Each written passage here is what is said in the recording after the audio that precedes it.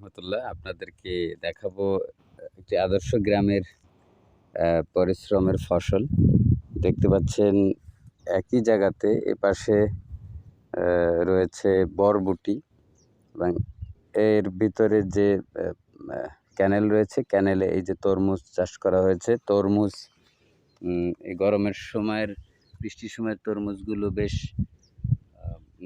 দামি হয় এবং একই সঙ্গে ৩টি ফসল, এক হচ্ছে বরবটি, এরপরে এপাশে তরমুজ, তারপরে নিচে হচ্ছে মাছ চাষ, এরপরে ওপারে রয়েছে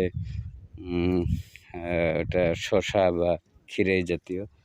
তো পরিশ্রম করলে আল্লাহ সেদিকে তাকান, দেখেন কি সুন্দর বরবটি হয়েছে। যা এই বরবটিগুলো সম্ভবত এখন ৮০ টাকা কেজি।